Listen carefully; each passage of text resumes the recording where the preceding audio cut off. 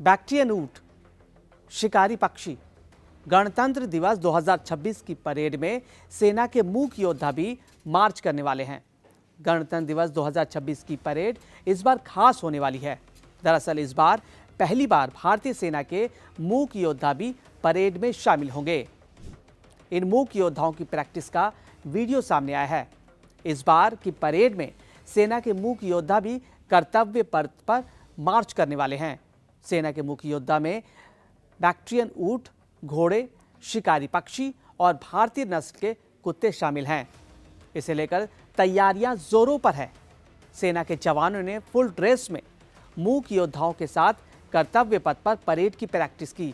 भारतीय सेना के मूक योद्धा पहली बार इतने बड़े और संगठित रूप से कर्तव्य पथ पर परेड करेंगे। इस विशेष दस्ते में 2 बैक्ट्रियन ऊंट, 4 चांसकर पोनी, 4 शिकारी पक्षी और भारतीय नस्ल के 10 सेना के कुत्ते और सेना में पहले से काम कर रहे 6 पारंपरिक सैन्य कुत्ते भी शामिल होंगे।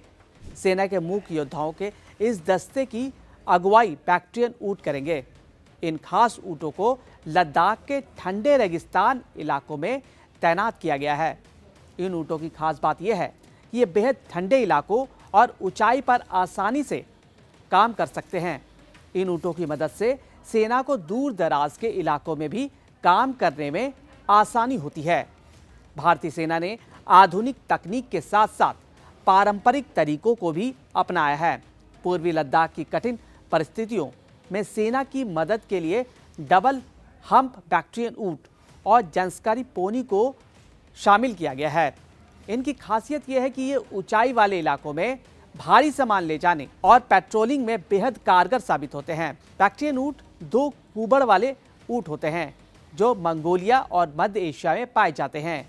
ये ऊंट 15,000 से 18,000 फीट की ऊंचाई पर आसानी से काम कर सकते हैं और 150 से 200 किलो तक का भार उठा सकते हैं। -20 डिग्री तापमान में भी ये बिना किसी परेशानी के ऑपरेट कर सकते हैं।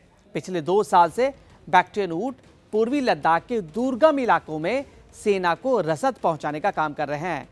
पहले बैच में 1 दर्जन से ज्यादा ऊंट शामिल किए गए हैं। ये ऊंट लद्दाख के हुंडर गांव में पाले जाते हैं। माना जाता है कि यह नस्ल पुराने सिल्क रूट के व्यापारियों के जरिए लद्दाख में आई थी। जंस्कारी पोनी लद्दाख के आम लोगों के बीच लोकप्रिय हैं। सेना ने इसकी क्षमता को देखते हुए इसे भी शामिल किया है। ये पोनी -40 डिग्री तापमान में आसानी से 70 किलो से ज्यादा वजन उठा सकती है और 18,000 फीट की ऊंचाई पर काम कर सकती है। गणतंत्र दिवस पर 4 जंस्कारी पोनी मार्च करती हुई नजर आएंगी।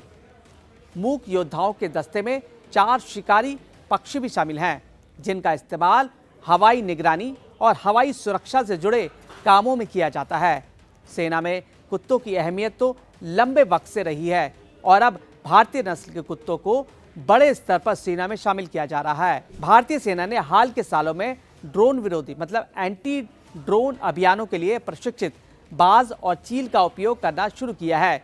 ये पक्षी दुश्मन के ड्रोन को हवा में मार गिराने में सक्षम हैं। सेना के घोड़ों और कुत्तों K9 यूनिट का दस्ता पहले से ही शामिल होता रहा है, लेकिन बैक्ट्रियन ऊंटों और शिकारी पक्षियों का ये पहला औपचारिक प्रदर्शन होगा।